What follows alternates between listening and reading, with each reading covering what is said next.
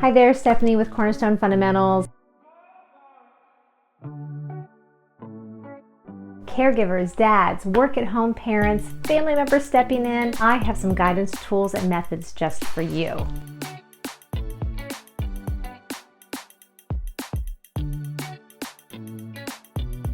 And I am going to talk about the 4 W's with sensory bins or with your learning activity.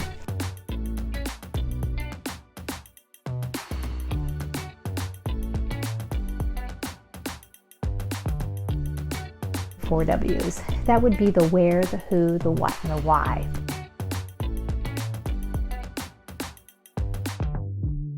Where is this learning bin taking place? Do you have water in your sensory bin? Do you have sand? Do you have pebbles? And then of course water would be the ocean, a lake, a pool.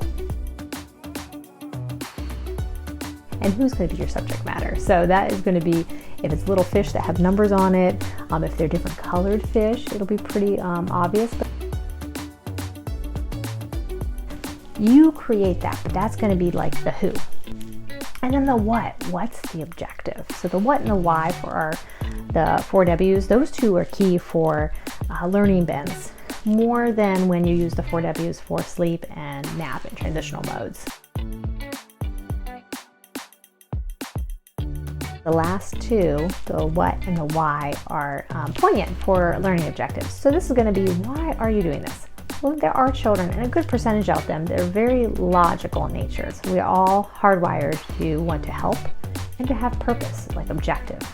What is our task? What is our challenge? So you are setting that up.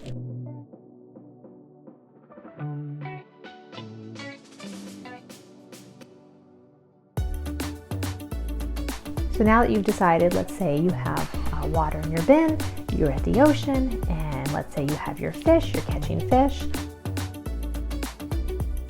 You're catching the fish, but for what? What reason? Oh, well, we need to prepare a meal, or we need to save the fish from this water because they need to get transferred to a different lake or a different ocean. So then you're setting up an imaginary scenario to cause purpose for engagement.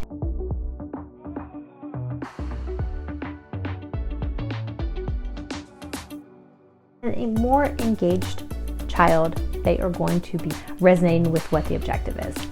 And lastly, why? Why are we doing this? We're doing this because, and you can continue your story play. By that time, your child will probably be engaged and already have their idea of what's happening. Go with it. That means they're engaged, they're ready.